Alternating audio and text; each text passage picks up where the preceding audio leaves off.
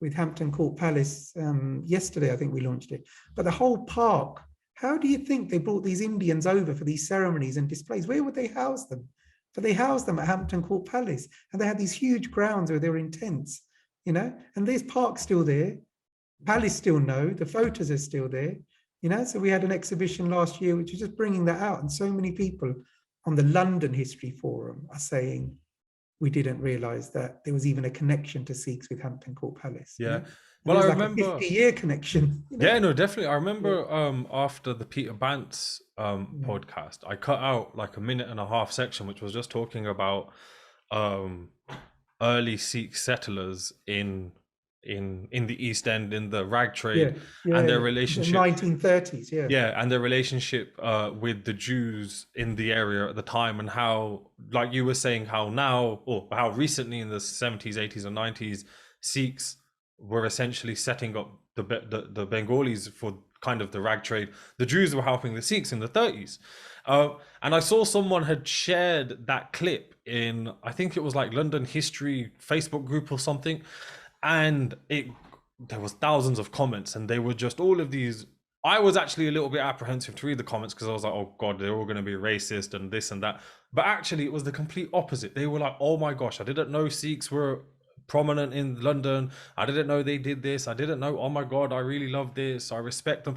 And it's just bringing that information out to the forefront, because I think, as you've highlighted throughout, is there are loads of people doing lots of different things, really, really taking it to a brilliant level. Amarpal Sidhu, Priya Atwal, even Little History of the Sikhs, UKPHA, like we can go on and on and on and naming these people and organizations.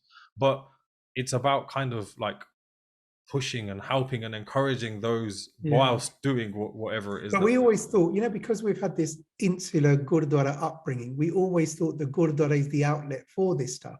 But I can stand in a Gurdwara with a table and people will just walk on by, right? I can be on a table and I'll have lots of conversations, but there's no follow-up, and it's not a needed. But what I'm saying is that the books need to be sold and read for our community to get stronger.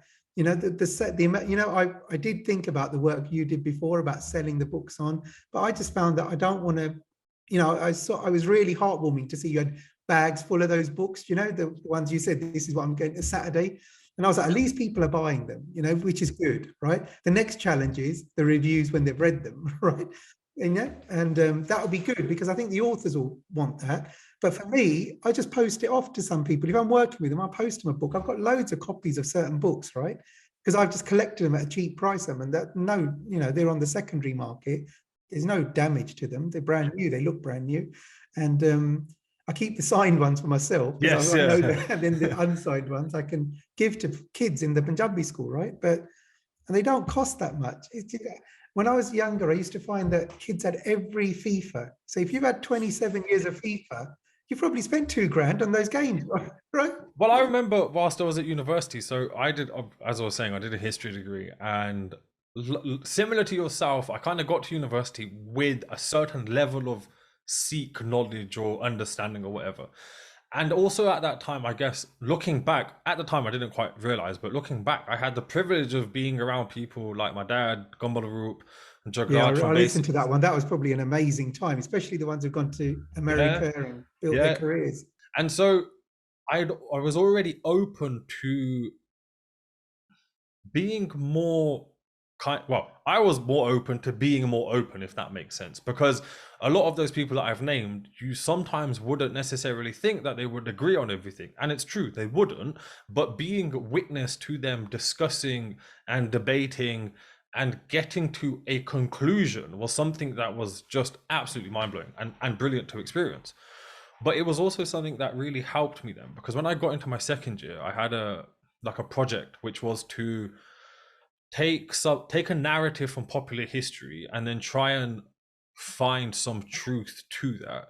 So I decided, all right, let's look at Raat Maryada, and let's look at how Raat Maryada evolves and changes over time. So one thing that I can still remember from the essay is the Raat Maryada, written in the 1930s, says to read your Chope Sahib up to Pori 24 and then to stop, because everything else that comes after that, in their eyes, is in is praising the divine female energy.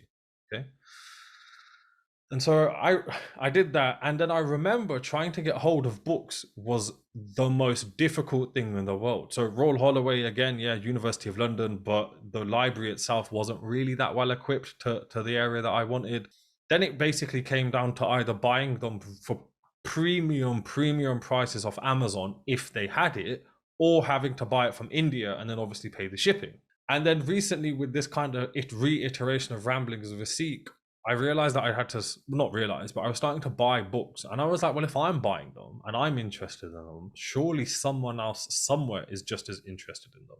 So I was like, all right, let's see what happens. So I started off small, and it's worked, then more and more and more. But I think the biggest issue that the biggest issue that I found within the UK, or at least in the West, is there are very few places where you can go and you can be confident that what the books that they're providing to you are half decent. Equally, though, having somewhere that is accessible, and so it's like buying them off from India, you're having to pay probably twice the amount just for the postage. But then you've got places like DTF and Birmingham that don't necessarily have. I think they're built for a different generation, and I don't mean that in any disrespect, but I think no, and I totally see. That's why when you had the quality productions, everything that UKPHA have done, and I think it's Gashi House, and now you've got Carlis House, and the things are happening, the things are moving forward. But that's the books that were more interesting to me. Having a hardback, dusty cover from India on a book. Now I realize the value of those books, but at a young age I didn't. At the young age I was like, this is a Gurdwara library book, and it's going to take me ages to read, and people have written bits and pieces all over it from the, and I went to India, I went to Patiala University, I bought back loads of books from there because they were like 50 rupees, 100 rupees, they were not a lot, and I bought back, and I've read them and they're actually quite good, right? But it just helps you piece the jigsaw together. That's what helped me, it's just that it's not just black and white. It's not just and the grey area and the way PhD students have to, work at it and then defend it, their research is interesting. And I probably, do want to study more and more and more of this kind. But I've got my own theories about what I would study, growing out of a little history. But time is just such a, as you get older, time is a pressure, and you get yourself enwrapped in this work. And then you don't do the work that pays the bills. No, not all. And I think this one doesn't pay the bills, as you know, right? And I think, as you were saying earlier about like wanting to push the authors and the people who are doing the work in our community, I think kudos to them, definitely. Oh, completely. But I think also, so for argument's sake, even trying to source some of these books is really difficult. So one book, well, not even one, there's a number of books that we stock which are nigh on impossible to find. So there's the Dasam Granth book published by Oxford University Press. Almost like, I don't think I've ever managed to find it within the UK. We've had to reach out internationally. Or it was hugely priced on Amazon, I remember. Like, so like, I think I've seen it on, so a good little anecdote that goes to show how stupid the prices can get.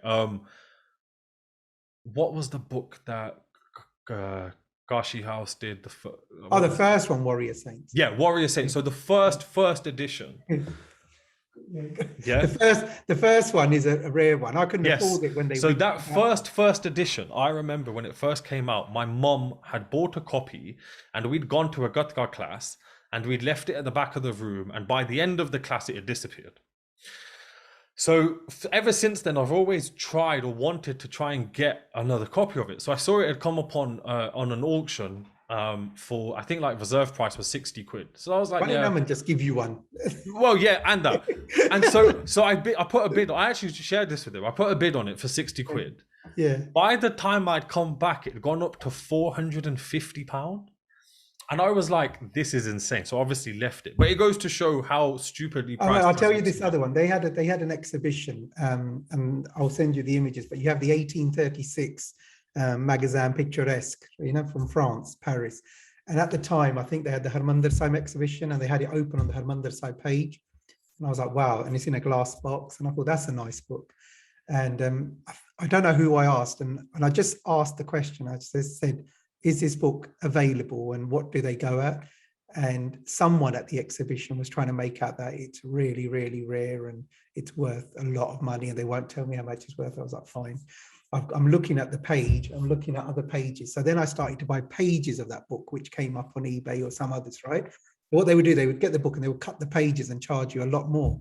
So that page, that page, that page. So I've paid okay money for those, very embarrassing, but I just needed to have it. I wanted it.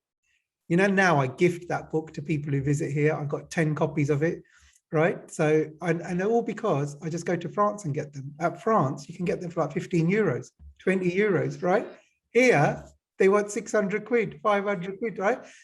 France is, if you just say 1836 Magasin Picturesque, 31st of December, it's a standard item in most libraries and they're all flogging them off anyway. So I think with postage, I can get it for 40 euros. So I would say all you do is learn your languages, switch it around, go French. So I buy them from France in France and I don't mind paying the postage. And I've gifted, I think Sonia Tammi came, Urban Agalli's got one, Kamal Preet last week. I said, take it because you can use it. I know what it means to them. So I said, what do I want with 10 copies of the same book, Equally, like when they had the Khalistan banknotes, they used to be a frenzy in the old days. I just used to buy them from a £5 each in Edinburgh, right? Right. And then I was selling them like online, put a good description. People give me £600 for it. And when they get it, they want their money back. I said, mate, I charge you insured post. I said, look, you know what you're getting. You're bidding for it. You're bidding because it turns into a frenzy. And I'm like, it's not worth that money. But you're paying for it because there's only 1 or 2 on eBay. And they put the worth into it by bidding for it. Yeah. And then I write the descriptions. And I think my first iPod, my first iPad was paid for by those notes, right? But I've bought 10 of them, I've got 1 left now. So every time I was short on a PC at university, I would just sell one of those notes. To be fair, it's a similar kind of thing that it's kind of similar. Try and say to me they didn't receive it. I was like, are you sure? I've got tracked. Signature, isn't it? Yeah. See, take it out with Royal Mail. It's very, very similar to the same thing here, which is like, so when I started the podcast, I was like, all right, I need to somehow no, I didn't have any of the equipment. And then I was like, God, like buying a microphone, it's a few hundred quid. Buying this is a few hundred quid. Then I was like, all right, maybe I can use the bookshop to then help sustain what we're doing over here. And again, you got people who are like, well, it didn't turn up. And I'm like, well, here's your tracking code. Go and talk to your postage service or whatever.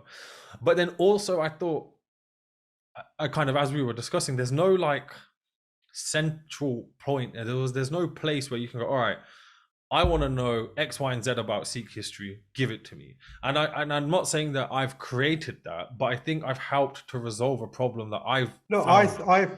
I mean, unfortunately, I've got a lot of the books already. My go-to place for those books is going to be your website because I know it's supporting you as well. And basically, I believe it's a good thing to do because it's kind of, I've always found that I read this article about economics and within the Jewish community, the money stays within the community and everyone earns off it before it leaves. And when they did the same thing with the Sikh community, it leaves very quickly, right? So I think it's like 10 or 15 times circulated. And I think it was 3 in our community. So we have to learn that stuff because when it leaves our community, then all of that economic benefit is lost as well. So we have to, why can't we support our own publishing houses, our own bookshops, our own, and Kashi House has started that years ago. I don't think they're ever going to be millionaires off the back of it, but at least they've got their own, structure. They started the trend literally, and I think Carly's House is the same one now with the releasing. Yeah. And I'm just saying, you're one to at least sell the books. I just say to people, I try and do as less on computer as I can because I stare at it all week. But if you want to come here and just take them, you can take them, buy them, do whatever you want, But the challenge, I say, if you want to take them, then actually read them. If you're just going to take them to put in front of your TV, then don't take What's it. What's the point of it, right? Yeah. Because then they want their own little bookshelf for their Zoom call, right? Well, you can see that's what I do. I know, I've seen your one evolve. It's quite good. No, definitely. And I think it's also like one thing that you've brought up a few times, and to be fair, it's kind of a common thread, which is collaboration is key. And I think sometimes I've done podcasts. So for argument's sake, I did a podcast with Anchal Malhotra about her book, and then she was like, "Would you mind stocking some?" And I was like, "Yeah, of course. Like, why wouldn't I? I'd love to." And I'm helping her. She's helping me. But I think, for me, because it's a journey that you grow, and collaboration for me at the beginning was just visiting the places. Then I get to know the people. Now, when I haven't even got a big following in any channel. I know that, but that's why I keep saying it's a little. Now, all I wanted to do with social media was to fill a coach. So I thought if I have 500 followers, I can get a 50-seater coach booked up. That was what I wanted, because, in the Punjabi school era, everyone wants to go when it's funded, but no one wants to go when they have to pay a ticket. So I needed to turn those school trips, which were free and funded by the Gurdwara, into family days out that everyone's paid their £15 for the coach. I don't make any profit off it, but if I ever went and bought a Mercedes, I know what everyone could be saying. Yeah, So I don't, and I think we're very transparent with our accounts. Everyone gets a set of accounts, and they can see when we do our foreign trips, a lot can go wrong in those trips. Yes, right? I can imagine. But we have to have a reserve. And we do then distribute it to the charities that we give the money to at the end, But all year we work on the London tours to build up a fund, And I want it to be sustainable. Gamarup and I had these discussions about payments and he's given a lot of people the same advice. The value would be if you charge for it. If you don't charge for it, they won't treat it with any value. And I've seen that on the tours. I'm going to give you, when we get to it, I'll give you some stories on that. All right, so are there a couple of places in particular that you visit on your tours that I guess you've already shared a few kind of not bizarre, but a little bit more interesting kind of places and statues and things that I guess we're not a little bit more hidden? So I think the statue of Lawrence in the car park near the Daytimers is quite a cool little nugget. All the stories are connected like this, because they're in front of your eyes, but you don't see it. I think that's I'll so tell you cool. This story then. Yeah. I'll tell you this one. This is my favorite one, right? So you see people who have their quadruple bypass heart attack type people, right? And they're going to end up at the Royal Brompton. Now at the Royal Brompton, there's a line of ward. So when you come out your successful surgery, you're recovering in a ward. And when you look out the window, all you can see is the top of a church spire. And that church spire inspires a lot of people. It either says they were close to meeting God, or they're going to, or they're thankful they're going to change their life now. And that church is called St. Luke's Church in Chelsea. Now, Harjat Bungal had his same operation, same location, same window, same looking out on a church. He describes it, right? You know Harjat? Yeah. So when he had his operation, but I've come across Sikhs before that, Singhs, prominent Singhs, gone in for their bypass surgery at the Brompton. And this church in 2010 January, I was working in Westminster, gave my computer in. They said, I'll come back at 4 o'clock. I was like, mate, what am I supposed to do it till 4 o'clock? His IT desk, 10 o'clock, we need to rebuild it. I was like, what am I supposed to do then, right? So I left Westminster, went walking around London, and I thought, you know what, in the back of my head, there was the Punjab Frontier Force Association at St. Luke's Church. They had a set of accounts that closed in 1999, and Google had their closure accounts online. I had been doing some random Punjab Frontier Force searches, and I understood there was an association, but they were in St. Luke's Church in Chelsea. And I was like, well, I can just walk down there and see what this church is all about then. I walked in, and luckily I met Brian Leathard, who was the lector, there. And he said, so are you with the Gurkhas? I said, no, I'm from the Sikhs. And he said, what are you here to see? I said, the Punjab chapel. Yeah, and he said to me, the Gurkhas come here quite often. We never had a Sikh. And then they took me downstairs, and there was a crypt downstairs in the old days, a Punjab crypt. So all the battle memorials were kept in a crypt, and next door is the Gurkha crypt. So the Gurkha one is still there, and the Punjab one closed in 1999, the Frontier Force one. So we went down there, and he said, is this of interest? I said, no, the chapel. I want to see the chapel then. And so he came upstairs and he said, what, you mean this? And I said, yeah, this is it. Wow, right? So what's there? And in 2010, there was not a picture of it on Google. I'm guaranteeing you there's nothing there. And then when everyone did their exhibitions in SOAS, I was there, and I was saying to people, look, this chapel is amazing. When you walk in, the main cathedral is before you, straight. On the right-hand side, there's a green bit of carpet. There's 25 chairs. There's battle memorials. There's flags from thing. You can look it up. I think you're looking it up somewhere. Yeah. A little history of Sikh. I'm just Googling at the moment. Yeah, and we do tours there, and that kind of connected the Royal Hospital Road to the V&A. And I thought, look, here's my first walking tour, because I've got 4 locations within walking distance. But when you step across that carpet was donated by Buckingham Palace. And there's a whole story that goes back to 1846 through to 1947. But there's a board that says in 1846, they started to raise the Punjab Frontier Force, because after the first Anglo-Sikh War, the British had a presence in Punjab and they needed to protect this frontier with Afghanistan. So they started an irregular force, hodgepodge force, just start recruiting it. Sikhs who coming into 1846, and then in 1849, when they've annexed the Punjab, the frontier force has all of these regiments, you know, from 1 down to 14, I think, across the frontier, and they're protecting the Samanna Ridge area and all that Saragari stuff that happens later on. It's all kind of interlinked. Then what happens in 1947, we've got a new country called Pakistan, right? And that Pakistan doesn't want to be associated with the Indian army. So suddenly you've got all this stuff in the garrison churches, which every regiment have their own garrison church. And that church looked like this chapel that they've created, because what they actually did in 1947 is they packed all the stuff and brought it to Chelsea. They asked the V&A, they asked some other church, and they were all too busy with stuff. And there's 25 chairs there with Sikh carvings on there. There's bishops' chairs, Punjab frontier, there's cushions that you kneel on with Sikh. There's things, glass all over the walls with Sikh. There's the flags, the Punjab 2 regiment. And you walk in, I've done like 20, 30 tours there now.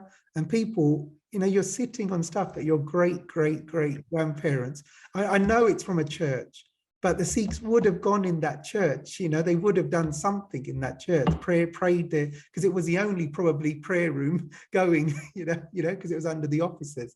And I've got the history, I've got the association. And then in 1999, at the dawn of the new millennium, they closed the association. They said we're fading into history, because those elders who came from the Punjab in 1947, because they were kicked out of India, weren't they? So the British officers, and where are they going to go? They're going to go to Chelsea, which is their money, they can afford it. You know, they live locally, their association would meet at the church. They had all their memories and their officers' names in there and everything, you know, and it's still there today. And the interesting thing today is the main chapel doesn't have prayers daily. It's at the Punjab chapel they have their prayers, because there's only a few people attending. So they use the Punjab chapel for world peace prayers every morning at 9. So to me, that's just such an amazing story. And in 2010, since then, we do the memorial service as Sikh community. We do the wreath laying, and the Kunda is there, and our poppy is there, and, you know, and everything is there because those people have faith. There's one gentleman left who was running it for 10 years himself. And now we get the young Sikhs to come in and say, look, you are connected. This is one aspect of it. And we go in Remembrance Sunday and we'll do that there. And to me, it's much better than the Cenotaph or Westminster Abbey or Lord Singh or whatever, because this is real association with Punjab, you know. It's the only garrison church in London and only frontier, you know, army church, and all the rest are outside of London. This is the only one you've got. St. Paul's has got a bit, and it's there and it's living and it's breathing and it's still working in the chairs and the cushions and everything's still there. So I just thought if it gets too popular, then I'm going to have a case on my hands. They're going to say, Rav, did you do a tour? Because 3 cushions have gone missing. You know? I mean, I keep saying to everyone, just leave it. It's properly documented. I've got CCTV and everything. Don't go and do any anti-Sikh activity in there.